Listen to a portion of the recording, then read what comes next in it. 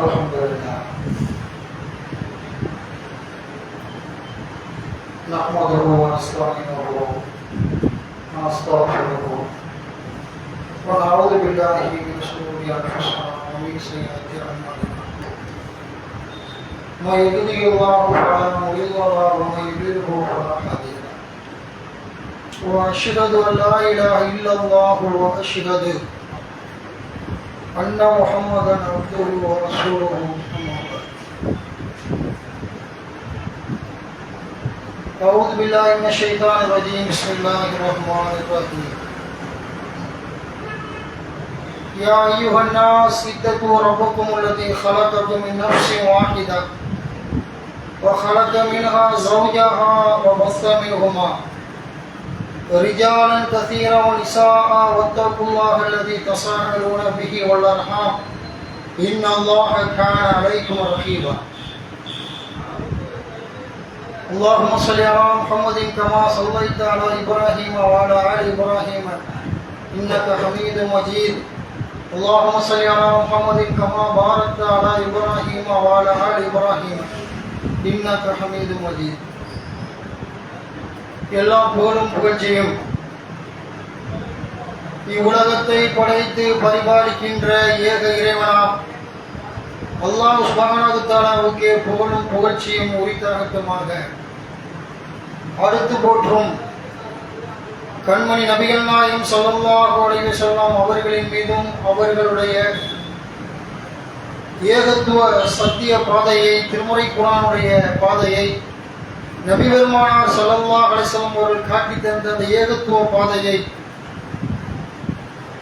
என்றுமே தவறாமல் பின்பற்றி வாழ்ந்து மறைந்த மற்றும் வணக்க வழிபாடுகளில் இறைச்சத்தோடு தம்முடைய வாழ்க்கையை அமைத்துக் கொண்ட உத்தம சத்திய சகாபாக்கள் நபித்தோழர்கள் மீதும் நம் அனைவர்களின் மீதும் அல்லாஹ்வுடைய மார்க்கத்திலே நம் மீது கடமையாக்கப்பட்டிருக்கின்ற இந்த யௌமுல் ஜும்ஆ என்று சொல்லக்கூடிய நல்ல ஒரு தினத்திலே இறையருளை பெற்றுக்கொள்ள வேண்டும் என்ற நல்ல ஒரு நோக்கத்திலே ஜும்மாவின் நன்மைகளை அடைந்து கொள்ள வேண்டும் என்பதற்காக அல்லாஹ்வுடைய பள்ளியிலே வீற்றிருக்கக்கூடிய நம் அனைவர்களின் மீதும் அந்த ஏக இறைவனின் சாந்தியும் சமாதானமும் என்றென்றும் உரித்தாகட்டுமாக நிலவட்டுமாக என்ற பிரார்த்தனையோடு இந்த யௌமுல் ஜும்மாவுடைய தினத்திலே இந்த யௌமுல் ஜும்மாவுடைய முதல் முறையாக நான் தேர்வு செய்த தலைப்பு இஸ்லாம் கூறும் சுயமரியாதையை பேணுவோம் என்ற தலைப்பிலே அல்லாஹ்வுடைய வேதத்தில் இருந்தும் அல்லாஹ்வுடைய தூதர் நபிகள் நாயகம் ஸல்லல்லாஹு அலைஹி வஸல்லம் அவர்களுடைய வழிகாட்டுதல் மூலம் ஒரு சில செய்திகளை, மார்க்க உபதேசங்களை சொல்லிக்கொள்ள விரும்புகின்றேன். அல்ஹம்துலில்லாஹ். சுயமரியாதை இந்த உலகத்தில் அல்லாஹ்வுடைய மார்க்கம் இஸ்லாம் நமக்கு காட்டித் தருவது போன்று உலகத்தில் சுயமரியாதையை எந்த ஒரு மதங்களும் போதிக்கவில்லை. அல்லாஹ்வுடைய மார்க்கமான இஸ்லாமிய மார்க்கத்தில் மட்டும்தான் ஒரு மனிதன் சுயமரியாதையோடு கௌரவத்தோடு தலை நிமிர்ந்து வாழ வேண்டும் என்று மார்க்கம் உபதேசிப்பதை பார்க்கிறோம். அது எப்படி அல்லாஹ்வுடைய மார்க்கத்தில் சொல்லித்தரப்பட்டிருக்கிறது என்று சொன்னால், இந்த மார்க்கத்தில் நமக்கு மார்க்கத்தினுடைய மூல ஆதாரமாக திகழ்வது திருமுறை குர்ஆன். இந்த திருமுறை குர்ஆன் தான் ஒரு மனிதனை இப்படி வாழ வேண்டும், இப்படி வாழக்கூடாது என்று மார்க்கம் நமக்கு சொல்லித்தரக்கூடிய நிலைப்பாடு குர்ஆனில் தான் இருக்கிறது. குர்ஆனுடைய கல்வி ஒரு மனிதனுக்கு மிக மிக மிக முக்கியமான ஒன்று. குர்ஆனுடைய கல்வி இருந்து விட்டால் உலகத்தில் எல்லாமே சரியாக வந்துடும். திருமுறை குர்ஆனுடைய கல்வி இல்லாமல் உலக கல்வி ஜீரோ தான் வருவான். உலகத்தில் பெரிய பெரிய அளவுக்கு பெரிய ஐபிஎஸ் ஆனாலும் சரி, ஐஏஎஸ் படித்த ஐபிஎஸ், எம்பிபிஎஸ் படித்த டாக்டரு, அந்த போல அவங்க என்ன வக்கீல், எந்த ஒரு துறை எடுத்துக்கொண்டாலும் பெரும்பெரும் துறைகளில் சிஏ படிக்கிறான், பெரிய அந்த எம்பிஏ படிக்கிறான், ஏதோ எம்பிஏ அது இதுன்னு எந்த துறையில் 1000 துறைகள் நீங்கள் படித்தாலும் கூட இறைவனுடைய கல்வி, திருமுறை குர்ஆனுடைய கல்வி இல்லாவிட்டால் அதுக்கு தான் முதல்ல பேஸ். அந்த திருக்குர்ஆனுடைய கல்விக்கு மார்க்க கல்வி இல்லாவிட்டால் எல்லாமே அவ்வளோதான், எல்லாமே பயனற்றதாக போய்விடும். அந்த மாதிரி அல்லாஹ்வுடைய மார்க்கத்தில் நம்ம இந்த குர்ஆனுடைய கல்வி தான் இஸ்லாம் போதிக்கிறது. அந்த குர்ஆனுடைய கல்வி தான் நம்ம சுயமரியாதையை போதிக்கிறது. எவ்வளோ டாக்டர் படிச்சுக்கான், பெரிய அளவுக்கு பெரிய பெரிய மாமதியாக இருக்குன்னா ஒரு கண்ணுக்கு முன்னாடி கும்பிட்றான். அப்படியே வந்துக்கிட்டு என்ன செய்கிறான், நீங்கள் தான் அந்த சிலையை பார்த்து அப்படி அந்த அளவுக்கு என்ன செய்கிறாங்க, 1008 பேரை வைத்து கொண்டு அந்த பிற சமுதாயம் வணங்கக்கூடியதை பார்க்கிறோம். டாக்டர் பிறரும் படித்தவர்கள் ஆன்மீகத்தின் பேரால் ஏமாற்றப்படுறான். ஆன்மீக காலில் போய் விழுவுறான். காலை தொட்டு முத்தம் கொஞ்சம் தொட்டு நீங்கள் தான் நீங்கள் பார்த்தா பரவசம் அடைஞ்சிருவோம், நீங்கள் ஆசி வழங்கினீங்கன்னு சொன்னால் நாங்கள் ஆகாமட்டு போயிடுவோம் என்றெல்லாம் கூட உங்களுக்கு மறைவான விஷயம் இருக்குதுன்னா ஏமாற்றப்படக்கூடிய விஷயம்லாம் பார்க்கிறோம். இது சுயமரியாதை இழப்பு. இறைவனை பற்றி புரிதல் அல்லாண்டா யாருக்கும் தெரியாத ஒரு விஷயத்தால்தான் இப்படி மடத்தனம் முக்கியவர்களாக போகிறாங்க, மடையர்களாக போகக்கூடிய விஷயத்தை பார்க்கிறோம். அவனுக்கு அல்லாஹ் கொடுத்த அறிவை காட்ட போட்டு மிதித்து அதை நசுக்கி நாசமாக்கக்கூடிய ஒரு நிகழ்வுலாம் ஏன் வருது? பெரிய படித்தவன் ஏமாற்றப்படுறான்.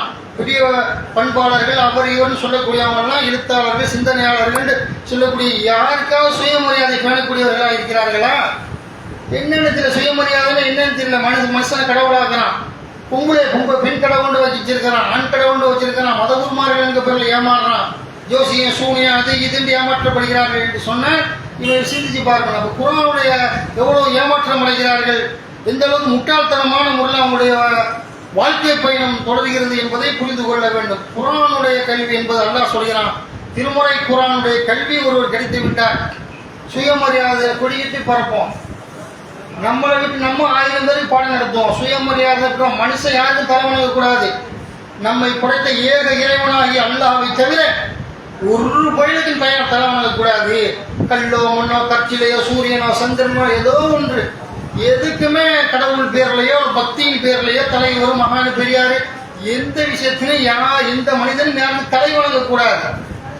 நான் தலை வணங்க வேண்டும் சொன்னால் அல்லாஹ்வுக்கு மட்டும்தான்.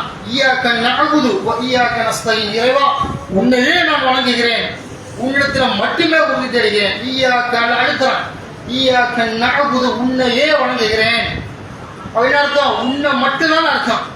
ஈயாக்க நஅபுது வ ஈயாக்க நஸ்தஈன். உன்னை மட்டும் வணங்குறேன், உன்னிடத்துல மட்டுமே உதவி தேடுகிறேன். ஈயாக்க நஅபுது வ ஈயாக்க நஸ்தஈன். சும்மா தொழிலை ஓய்ட்டு போவோம் அர்த்தம் தெரியாம. இன்னும் அர்த்தம் அதுக்கு உன்னை மட்டும்தான் வணங்குறேன், உன்னை தவிர எந்த கடவுளும் இல்லை, உன்னிடத்துல மட்டும்தான் மனப்பூர்வமா உதவி தேடுறேன். உன்னை விட்டா இந்த தர அந்த ஏமாத்துவாங்க உதவிங்கிற பேர்ல. 50 வருஷம் கடந்து போனாலும் செய்ய மாட்டான். உங்களுக்கு வீடு கட்டி தர்றேன், உங்களுக்கு நான் எம்எல்ஏ பதவி தர்றேன், எம்பி பதவி தர்றேன், அரசியல் ஏமாத்துவாங்க. அரசியல்ல சாதாரண மனிதர்கள் கூட ஒவ்வொரு விஷயத்துல ஏமாற்றப்படுவீர்கள், ஏமாந்துடுறோம்.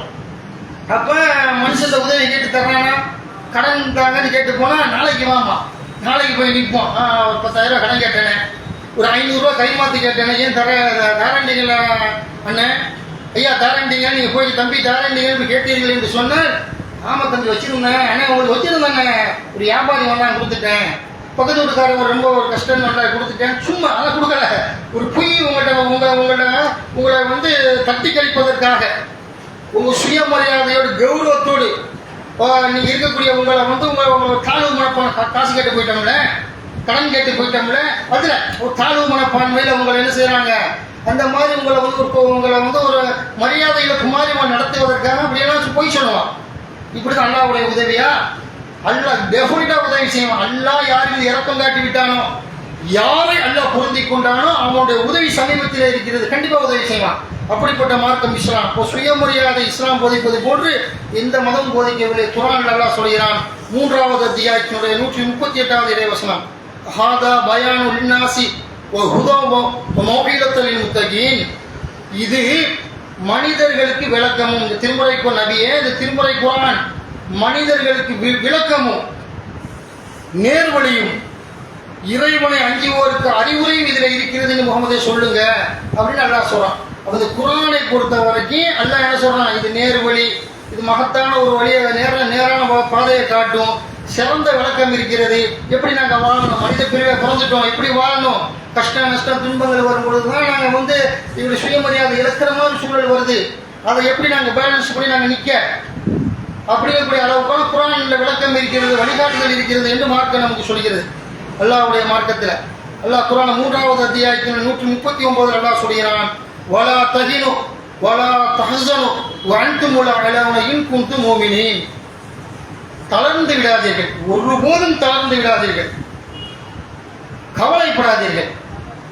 நம்பிக்கை கொண்டிருந்தால் நீங்களே உயர்ந்தவர்கள் என்று அல்லாஹ் ரப்பல் ஆலமீன் 3வது அத்தியாயத்தினுடைய 139வது வசனத்தில் அல்லாஹ் நமக்கு சொல்லி காட்டக்கூடிய விஷயத்தை பார்க்கிறோம். அப்ப அல்லாஹ் என்ன சொல்றார்? வலா தஹீனு வலா தஹ்சனு வஅன்துமுல் அஅலமு இன் குன்தும் முஃமினீன். வலா தஹீனு, தளர்ந்து போகாத.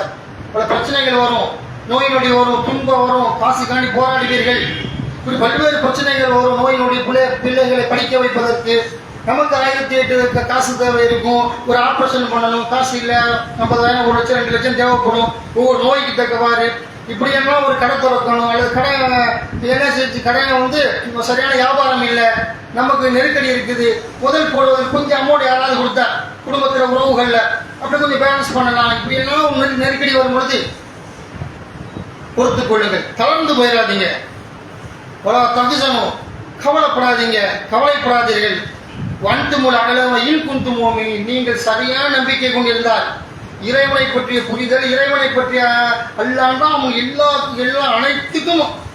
அனைத்தையும் அறிந்தவன், உள்ளத்தில் உள்ளது வெளியே உள்ளது, மனிதர்களுடைய எல்லா செயல்பாடுகளையும் அறிந்த இறைவன் எனக்கு உதவி செய்வான். மறைவான விஷயம் தெரியும் பொழுது என்னுடைய புலம்பல் தெரியாதா, நான் அழுகுறது அல்லாஹ்க்கு தெரியாதா, என் கஷ்ட நெருக்கடி தெரியாதா, தெரியும் என்று அல்லாஹ் நமக்கு சொல்லி காட்டுகிறான். இந்த மாதிரி நேரங்களில் நீங்க சரியான நம்பிக்கை கொண்டிருந்தால் நீங்க தான் உயர்ந்தவர்கள், உங்களுடைய அருள் இருக்கிறது.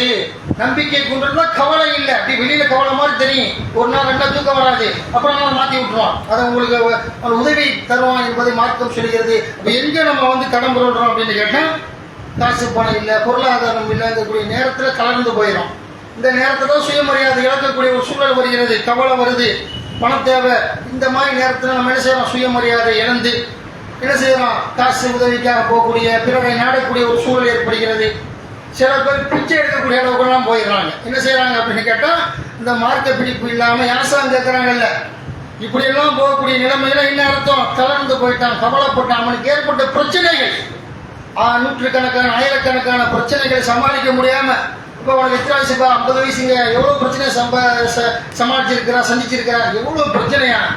நான் எல்லாம் சொன்னா நீங்க காது கடிச்சு போயிருங்க, கேட்பீங்களா? அப்படிமா உங்களுக்கு எத்தனை, நீங்க எவ்வளவு பிரச்சனை சந்திச்சிருக்க? வயசு எத்தனை? 30. உங்களுக்கு எத்தனை? 40. அவர் 90 வயசுல வயோதிகர், எவ்வளவு பிரச்சனை சந்திச்சீங்க? ஏன் பிறந்த உலகத்துல பயங்கரமான இன்னல், துன்பம், நோய் நொடிகள், பல பிரச்சனைகள், அந்த மாதிரி மனக்கசப்புகள், சண்டை சச்சரவுகள், குடும்பத்தில் நண்பர்கள் மத்தியில பல பிரச்சனைகளை சந்தித்தேன். வியாபார தொழில பல்வேறு விஷயத்துல, பிரயாணத்துல, இப்படியெல்லாம் சொல்லக்கூடிய புலம்பக்கூடியவங்களை பார்க்கிறோம்னு சொன்னா, இப்படி இந்த மாதிரி பார்ப்போம். இந்த மாதிரி உளவியல் ரீதியிலே பாதிக்கப்படுறான் மனுஷன். அப்ப மெயினா காசு பணத்துக்காக தான் மனிதனுடைய சுயமரியாதை இழக்கிறான். இந்த மாதிரி என்ன பெரிய பெரிய அரசியல் எல்லாம் பார்க்கிறோம்னு சொன்னா என்ன செய்யறாங்க? இல்லாத காசு எத்தனை விஷயத்துக்காண்டி சுயமரியாதை இழக்கிறான் மனுஷன். ஒண்ணு பணம், காசு பணத்துக்காண்டி சுயமரியாதை இழந்து காலில் விடுவான். ஒரு ஆள் சொல்றது அப்படியே கேட்கறான், அவர் தீமையை தடுக்க மாட்டேங்கிறான். அவர்கிட்ட 1000 குறை இருக்கும், உதவி செஞ்சுட்டாருல சொல்ல மாட்டான், தீமையை தடுக்க மாட்டான். பொதுவாக மனிதனோட மென்டாலிட்டி எப்படி இருக்குதுன்னு, எந்த மாதிரி இருக்குதுன்னு கேட்டால், உதவிக்கு அடிமையாயிரும்.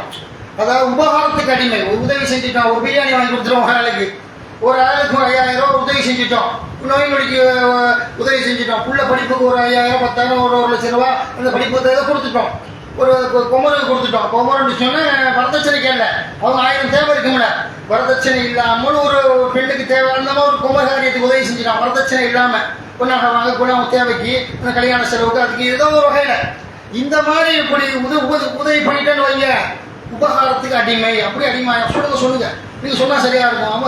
அவர் நல்லவராக இருப்பார், சிலர் கெட்டவராக இருப்பார். நல்லா அவங்களால உதவி செய்வாங்க, கெட்டால் 2 கலந்துருக்கும். நன்மை தீமையை தடுக்கணுமா, தடுக்கக்கூடாதா? தடுக்க மாட்டாங்க.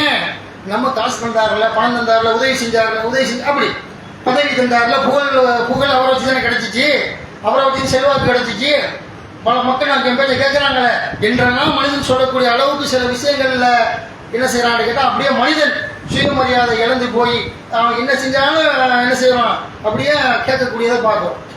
இப்படியே நம்மளும் அந்த மாதிரி இருக்கக்கூடாது. அல்லாஹ்வுடைய மார்க்கத்துல எந்த ஒரு நேரத்திலும் சுயமரியாதை இழக்கக்கூடாது. உதவி செஞ்சிருக்கேன், அது மறுமைக்காண்டி செஞ்சாரு, சொர்க்கத்துக்காக செஞ்சார், நன்மை கிடைக்கும் அவருக்கு என்று போயிருக்கணுமா ஒழிய நம்ம அவர் தீமையை தட்டாம இருக்கலாமா?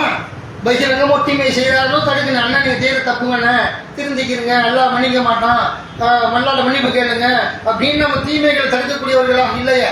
சுயமரியாதை என்பது முக்கியமான ஒரு விஷயம். யாரா இருந்தாலும் நன்மையை தீமையை தடுக்கணும், அதில் எந்த ஒரு பாகுபாடும் காட்டக்கூடாது என்பதை புரிந்து கொள்ள வேண்டும். அல்லாஹ்வுடைய மார்க்கத்தில் சஹாபாக்கள் எப்படி இருந்தாலும் நன்மை தீமையை தடுக்கணும், அது முக்கியம்.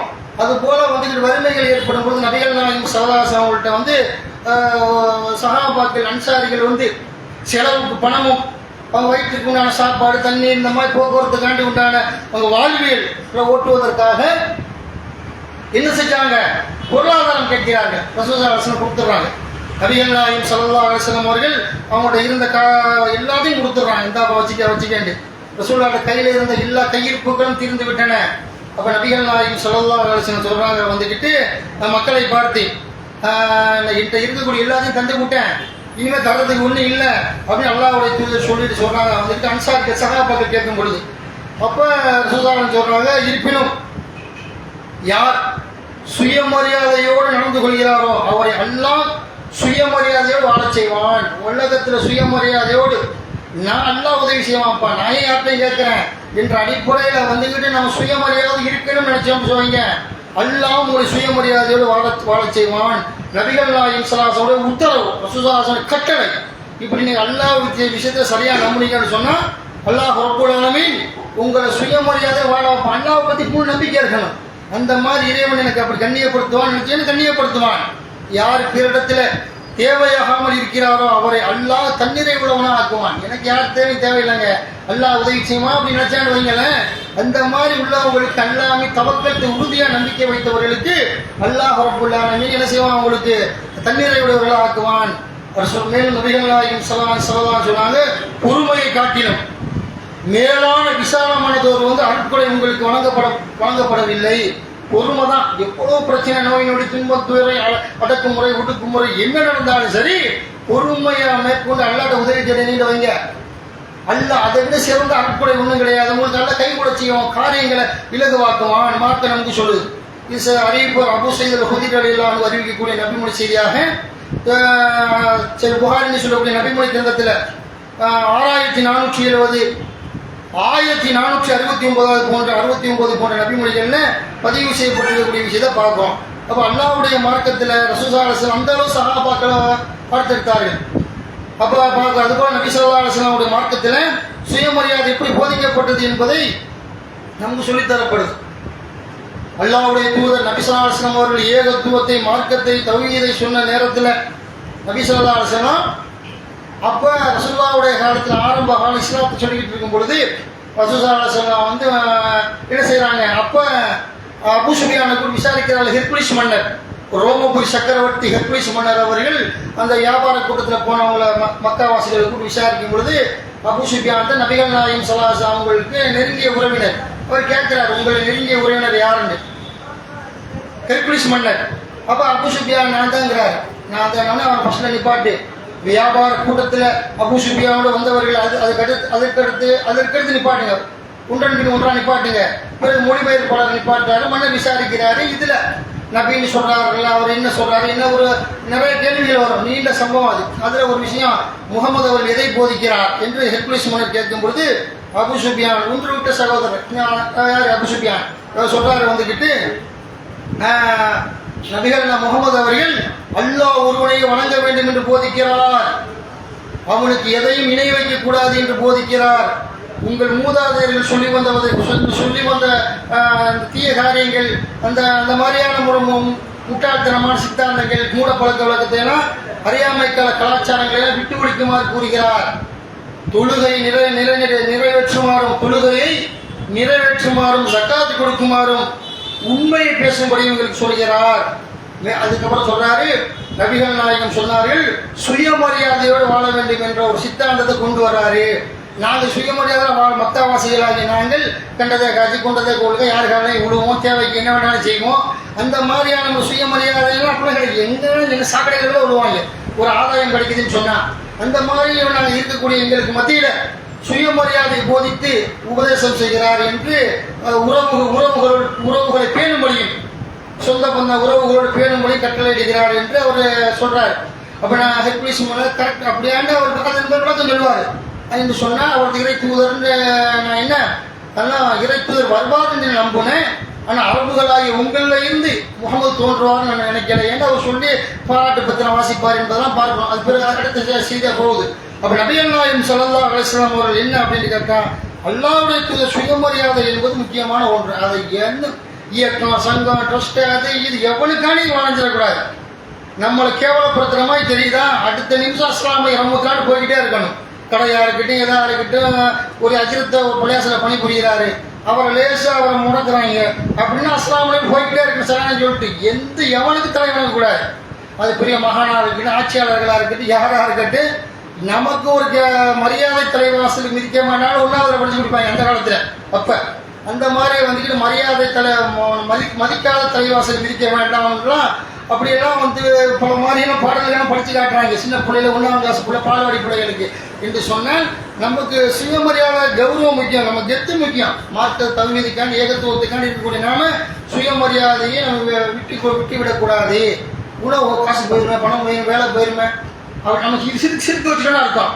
ஒரு கடையை விலக பயந்தோம், பழையாசிலேருந்து விலக பயந்தான் அவங்க கூட்டுறீங்கன்னா வேற மாதிரி நடக்கிறாங்க அப்படின்னு சொன்னால் இறைவனுக்கு பயந்து நடக்கல, மார்க்க விஷயங்களை சமரசம் பண்ண சொல்றாங்க. ஏதோ ஒரு வகையில ஒரு ஆதாயத்தை தேடுவதற்காக, மக்களுடைய பொருத்தத்தை பெற வேண்டும் என்பதற்காக மார்க்கத்தை வளைக்க சொன்னாலோ ஏதோ ஒரு 4 நிர்வாகிகள் 2 சைத்தான் இருப்பான். அந்த சைத்தான் பல பேரை வேலைக்கு வைக்க விட மாட்டான். பள்ளியாசல், ட்ரஸ்ட்ல எங்கேயுமே சரி, நிர்வாகத்தில் பெரும் நிர்வாகமாக இருக்கட்டும், எதா இருக்கட்டும், கல்லூரி நிர்வாகமாக இருக்கட்டும், ஜவுளி கடை, என்ன சேல்ஸ் கடை இருக்குதோ 1008 நிறுவனங்களாக இருந்தாலும் 2 சைத்தானான்னு வாங்க, மேனேஜர் சைத்தானா முடிஞ்சு பரவாயில்ல வேலைக்கு போயிடும். இப்படிலாம் பல மாதிரி இருக்குது. அது தலைவரோ நிர்வாகத்து 4 பேர்ல 2 பேர் ஒத்த சைத்தானா இருந்தாலும் பிச்சை வைரஸ் மாதிரி அப்படியே அந்த இடத்தை நாசமாக்கிறோம்.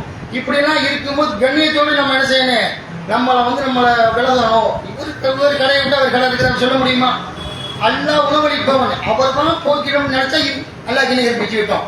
ஒரு கடையை விட்டு விலக பயப்படுறோம், ஒரு நிறுவனத்தை விட்டு பள்ளியாசலை விட்டு விலக பயப்படுறோம். இதை விட்டு நம்ம வேலை கிடைக்காது. ஏன் அப்படி நினைக்கிறீங்க? வல்லாஹு கைரு ராசிகின், உணவளிப்போரில் அல்லாஹ் தான். கொஞ்சம் கஷ்டம், 2 மாசம் 6 மாசம் 1 வருஷம் ஏதோ ஒரு கணக்குல அதற்கு அல்லாஹ் எவ்வளவு நம்மளை நம்ம நோய்மைப்படுத்துறானோ அதற்கப்புறம் எல்லாம் சேர்த்து தந்துடுவோம் அல்லாஹ் என்ற நம்பிக்கை தான் இருக்கு. அந்த நிறுவனத்தை விட்டு வேலைக்கிட்டா நமக்கு போச்சு, நமக்கு வேலை கிடைக்காது அப்படின்னா இங்க சுயமரியாதை இழந்துடக்கூடாது. நம்மளை கண்ணியமாக வச்சுதான் கண்ணியமாக இருக்கணும். நம்மளோட ஒரு ஆலோசனை கேட்குறாங்க, நம்ம இடத்துல நம்ம அந்நிய உணியம் இருக்கிறாங்க, அது வேற விஷயம். நான் சைத்தான்கள் விஷயத்தில் சொல்றேன், நல்லவங்க விஷயத்தில் சொல்லலை. பள்ளியாசலம் நிர்வாகமோ எந்த ஒரு 1008 நிர்வாகம் பண்ணக்கூடிய எதாக இருந்தாலும் சரி புரிந்து கொள்ள வேண்டும். ஆனால் கண்ணியத்தோடு வாழ வேண்டும் என்பது நபிகள் நாயகம் ஸல்லல்லாஹு அலைஹி வஸல்லம் சொல்லக்கூடிய விவகாரமாக இருக்கிறது. அது அல்லாஹ்வுடைய மார்க்கத்தில் நமக்கு அல்லாஹ் சொல்றான் 3வது அத்தியாயத்தினுடைய 26வது இறைவசனம், குலில்லாஹும்ம மாலிக்கல் முல்கி துகுத்தில் முல்க மன் தஷாவ் வ துன்ஸிவுல் முல்க மிம்மன் தஷாவ் வ துஇஸ்ஸு மன் தஷாவ் வ துதில்லு மன் தஷாவ் பியதிக்கல் கைர் இன்னக அலா குல்லி ஷைஇன் கதீர். அல்லாஹ்வே 3வது அத்தியாயத்தினுடைய 26வது இறைவசனம், அல்லாஹ்வே ஆட்சியின் அதிபதியே, நீ நாடியவருக்கு ஆட்சியை கொடுக்கிறாய். அல்லாஹ் நீ நாடியவருக்கு தான் ஆட்சி நீ கொடுக்கிறாய், வழங்குகிறாய். நீ நாடியவரிடமிருந்து ஆட்சியை பறித்துக் கொள்கிறாய். இறைவா, நீ நாடியவரை கண்ணியப்படுத்துகிறாய். இஸ்ஸத், நீ நாடியவங்களை கண்ணியப்படுத்துறா. ஒரு இஸ்ஸு மந்தஷா, ஒரு திரு மந்தஷா, நீ நாடியவங்களை கேவலப்படுத்துற. நீ நாடியவங்களை கண்ணியப்படுத்துற மாதிரி நீ நாடியவங்களுக்கு இழிவுபடுத்துகிறாய், கேவலப்படுத்துகிறாய். நன்மைகள் உன் கைவசமே உள்ளன, நீ அனைத்து பொருட்களின் மீதும் ஆற்றலுடையவன் என்று அல்லாஹ் திருமறை குர்ஆன்ல சொல்றான்னு சொன்னா, பதவி புகழ் அந்தஸ்துக்கான காலில் ஊறான். அரசியல்வாதிகள் எடுத்துக்கிட்டான்னு சொன்னா மேலதான் ஒயிட் காலர், உள்ள சட்டை கதர் சட்டை கதர் கையில் கட்சி அது இதுன்னு வரும்பொழுது ஒரு பதவி கிடைக்குது கூட காலில் வந்துடும். எப்படிப்பட்ட ஒரு தலையை கொண்டு போய் அல்லாஹ் வைத்ததும் எவனுக்கும் தலைவணங்க கூடாது. இஸ்லாத்தோட கட்டளை தொழுகணும், ஜக்காத்தை விட கட்டளை என்ன, அல்லாஹ் படைச்ச அந்த ஏகத்துவ கொள்கைக்கான தலை வணங்கணும். தொழுகணும், தொழுகைக்காண்டி இறைவனுக்காக அல்லாஹ் பண்ணி பெரியவனுக்கு நம்ம தலையை கொண்டு போய் சிரமம் பண்ணிடுறோம் ஒழிய உலகத்தில் எப்பேற்பட்டவனாக இருந்தாலும் சரி, உலகத்தையே கட்டி ஆடுறான் எவனா இருந்தாலும் நம்ம கால் தூசி தான் சரிசமாக வச்சு பார்க்கணுமா ஒழிய தலையை கொண்டு வைக்கக்கூடாது. வைக்கிறானா போய்கிட்டு எங்களுக்கு எம்எல்ஏ சீட் தாங்க, எம்பி சீட் தாங்கன்னு சொல்லிக்கிட்டு இதை எதை காட்டுகிறது? சுயமரியாதை இழந்து ஒரு காலத்திலும் சுயமரியாதை இழந்தவன் கோழைகளை இஸ்லாம் விரும்பவில்லை. அது தெளிவாக விளக்கிறேன். நபிகள் நாயகம் ஸல்லல்லாஹு அலைஹி வஸல்லம் துஆ செஞ்சாங்க, இறைவா நான் கோழையாக வாழ்வதை விட்டும் உன்னிடத்தில் பாதுகாப்பு தேடுகிறேன். பிரச்சாரம் பண்றாங்க சில இடங்கள்ல, இந்த மாதிரி தர்மம் கெட்டு வரும் பொழுது இன்னும் கஞ்சனாக பார்க்க மாட்டீர்கள், இன்னும் கோழையாகவும் பார்க்க மாட்டீர்கள் சொல்றாங்க. சில சந்தர்ப்பங்கள்ல. அப்படிலாம் பார்க்குறோம்னு சொன்னால் நம்ம கோழையாக இருக்கக்கூடாது, வீரர்களாக இருக்கணும், சுயமரியாதையை காலில் விழுவோம் இழந்துடக்கூடாது என்பதை மார்க்கம் நமக்கு சொல்லி காட்டுகிறது. சுயமரியாதை முக்கியம். அல்லாஹ்வுடைய மார்க்கத்தில் சுயமரியாதை முக்கியம். நபிசா நீண்ட பயான் பண்ணுறாங்க. அதில் ஒரு சொல்கிறாங்க, அந்த பயானில் சுயமரியாதையோடு ஒரு ஆள் நீண்ட பயான் நம்பரில் ஏறி நிறைய விஷயத்த பேசும்போது ஒரு சொல்லு என்ன அப்படின்னு கேட்டால், ஒரு சிறு துணுப்பு. யார் குழந்தை குட்டிகள் இருந்தோம் சொர்க்கவாதிகள் 3 சொல்கிறாங்க. அது 3ல் ஒரு ஆள் அந்த பட்டியல் இடம்பெறக்கூடியவங்க யாருன்னு கேட்டால், தனக்கு குழந்தை குட்டிகள் இருக்குது, குழந்தை குட்டிகள் வறுமை இருக்கும்ல, பிள்ளை குட்டியை பெற்றுட்டோம்னா காசு பணம் பிள்ளை படிக்க வைக்கணும், காசு பணம் இப்போ தேவைகள் இருக்குது. யார் குழந்தை குட்டிகள் இருந்தும் அவன் சுயமரியாதையில் உலகத்தில் வாழ்கிறானோ அவன் சொர்க்கத்துக்கு செல்வான் என்று நபிகள் நாயகம் ஸல்லல்லாஹு அலைஹி சொன்ன செய்தியை சஹீஹ் முஸ்லிம் வரக்கூடிய ஹதீஸ் கிரந்தத்தில் பார்க்குறோம்னு சொன்னால், சுயமரியாதை என்பது முக்கியமான ஒரு விஷயம். அது போல சுயமரியாதைக்காக பல நபித்தோழர்கள் விஷயத்தில் நம்ம பார்க்க முடிகிறது. சஹாபாக்களை பற்றி அல்லாஹ் பேசுகிறான். ஒரு சஹாபினா ஹக்கீம் இப்னு ஹிஸாம் சுயமரியாதையோடு இருந்து சாட்டையில் வந்தவரை எடுத்து கேட்க மாட்டார். ரசூலுல்லாஹ் தர்மம் காப்பார், ரசூலுல்லாஹ் ஸல்லல்லாஹு அலைஹி வஸல்லம் தர்மத்தை கொடுப்பாங்க. இது வேற ஒரு செய்தி. மறுபடியும் திரும்ப காப்பார் கொடுத்த பிறகு தான் ரசூலுல்லாஹ் சொல்லுவாங்க, ஹக்கீமே என்ற உள்ள செல்வத்தை நான் தண்டேன். இந்த செல்வம் என்பது பசுமையானதும் இனிமையானதும் ஆகும். ரசூலுல்லாஹ் சொல்றான், இந்த செல்வத்தை யார் போதும் என்ற மனப்பான்மையோடு எடுத்துக்கொள்கிறாரோ அவருக்கு அந்த செல்வம் நண்பனாக தோழனாக இருக்கும். இல்லைங்க எனக்கு செல்வம் காணாது நினைச்சாங்க சொன்னா, சாப்பிட்ட பின்பு வயிறு நிரம்பாதவனை போட்டு அந்த காசு வந்தாலும் மூத்தாப்பற வரை கோடி அவனால அவன் திருப்தி அடைய மாட்டான். யாரு காசு வேணும் பேய் மாதிரி பரப்பான் இல்லை, சொல்லுக்கு பேய்னா ஒண்ணு கிடையாது, சும்மா சொல்லுக்கு சொல்லுவாங்கல்ல அந்த வெறியில. அப்படி இருக்கக்கூடியவன் சாப்பிட்டாலும் அவனை போன்றவன் நபிகள் நாயகம் ஸல்லல்லாஹு அலைஹி சொன்னாங்கன்னு சொன்னா, அதன் பிறகு அர்த்தம் சொல்லுவார், சத்திய மார்க்கத்துடன் அல்லாஹ்வுடைய தூதரை உங்களை அனுப்பி இறைவன் மீது அவனையாக இனிமேல் யாரிடத்திலும் எதையும் கேட்க மாட்டேன் அப்படின்ட்டு அவர் அந்த மாதிரி இருப்பார். சுயமரியாதை இருப்பார். சாட்டை கீழே ஒட்டகத்தில் குதிரையில இருந்து எடுத்து கேட்க மாட்டாரு, அவரை இறங்குவார், அவரை எடுப்பாரு. அப்படி அந்த மாதிரி இருந்தார். ஆனால் எடுத்துக்கிறது தப்பு கிடையாது. இது பெரிய ஒரு இதா பிச்சை கேட்கிறதா நம்ம எடுத்து கொடுத்துட்டு போவாரு. அதை கூட விரும்பல. அபூபக்கருடைய ஆட்சி காலத்தில் அலிலானுடைய ஆட்சி காலத்தில் ஜக்காத்து கொடுக்காங்க அழைப்பார்கள், போக மாட்டார். நான் மாட்டேன், சுயமரியாதை இருப்பேன். எதை அரசாங்கம் கொடுக்கக்கூடிய அந்த பொது நிதியை வாங்க மறுப்பார். உமர் அலிலான காலத்திலேயே வாங்க மறுப்பார். எனக்கு வேணாம், ரசூலுல்லாஹ் சத்தியம் பண்ணி விடாம்பாரு. அந்த மாதிரி உமர் மக்கள்லாம் கூப்பிட்டு வச்சு நான் அந்த மாதிரி கொடுத்தேன், அவர் வாங்க மாட்டேங்கிறாரு. ஹக்கீம் இப்னு ஹிஸாம் அப்படியே சாட்சியாக்குவார், மறுமையில் சாட்சியாகுங்க அப்படின்ட்டு. அந்த மாதிரிலாம் சுயமரியாதையில் வாழ்ந்தார்கள் என்று சொன்னால், இதை உணர்ந்து கொண்டு சுயமரியாதை முக்கியமான ஒரு விஷயம். அல்லாஹ் குர்ஆன்ல சஹாபாக்களை பற்றி பேசும்பொழுது கூட அல்லாஹ் என்ன சொல்றான் அப்படின்னு கேட்டால், நபித்தோழர்கள் எல்லாம் பேசலாம் பாருங்க. 3வது அத்தியாயத்தினுடைய 2வது அத்தியாயத்தினுடைய 273வது இறைவசனம், லில் ஃபுகரா இல்லதீன உஹ்சிரு ஃபி ஸபீலில்லாஹி லா யஸ்ததீஊன வர்பன் ஃபில் அர்லி யஹ்ஸபுஹுமுல் ஜாஹிலு அக்னியா மினத் தஅஃஃபுஃப் தஅரிஃபுஹும் பிஸிமாஹும் லா யஸ்அலூன அன்-நாஸ இல்ஹாஃபா வமா துன்ஃபிகு மின் கைரின் ஃபஇன்னல்லாஹ பிஹி அலீம். பொருள் திரட்டுவதற்காக பூமியில பயணம் மேற்கொள்ள இயலாதவாறு அல்லாஹ்வின் பாதையிலே தம்மை அர்ப்பணித்துக் கொண்ட ஏழைகளுக்கு தர்மங்கள் உரியன அல்லாஹ் சொல்லிட்டான். சஹாபாக்களை பற்றி, அவர்களை பற்றி அறியாதவர்கள் அவர்களின் தன்மான உணர்வை கண்டு அவர்களை செல்வந்தர்கள் என்று எண்ணிக்கொள்வார்கள். அவர்களின் அடையாளத்தை வைத்து அவர்களை அறிந்து கொள்வீர். மக்களிடத்தில் அவர்கள் கெஞ்சி கேட்க மாட்டாங்க.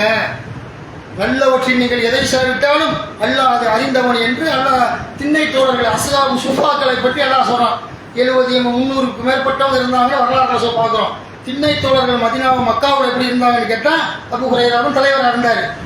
அப்போ இதாக இருந்தாங்க. அப்படி அந்த அளவுக்கு பெர்ஃபெக்டாக வெளியூர்வாசி பார்த்தாங்கன்னா கோடீஸ்வரன் அவரு, லட்சாதிபதி அவரு என்ற அளவுக்கெல்லாம் சோத்துக்கு வழியில்லாத நபித்தோழர்கள் திண்ணை தோழர்களை பாற்று அவர்கள் அறியாதவர்கள் நினைப்பார்கள் பெரிய வசதி படித்தவங்க, கோடீஸ்வரன், லட்சாதிபதி அப்படின்னு நினைப்ப. பெரும்பாலும் பண்ணைகளுக்கு அதிபதியோ, ஒட்டக பண்ணைக்கு அவர் தான் முதலாளியோ, மாட்டுப்பண்ணை ஆட்டுப்பண்ணைக்கு அவர் அந்த மாதிரி நினைப்பார்கள் அதிபதி என்பது போட்டு நினைக்கக்கூடிய அளவு தோற்றம் இருக்கும் என்று மார்க்கத்தில் சொல்லப்பட்டிருக்கு. இது உணர்ந்து கொண்டு சுயமரியாதை வாழும் அல்லாஹ்வுடைய பொருத்தத்தை பெறுவோம் என்று சொல்லி ஜும்மாவினுடைய முதல் உரையை நிறைவு செய்கிறேன். யாய் குலதினா முத்தகுல்லா ஹத்தது காத்திகளா தமூத்துன இல்லா வஅன்தும் முஸ்லிமூன்.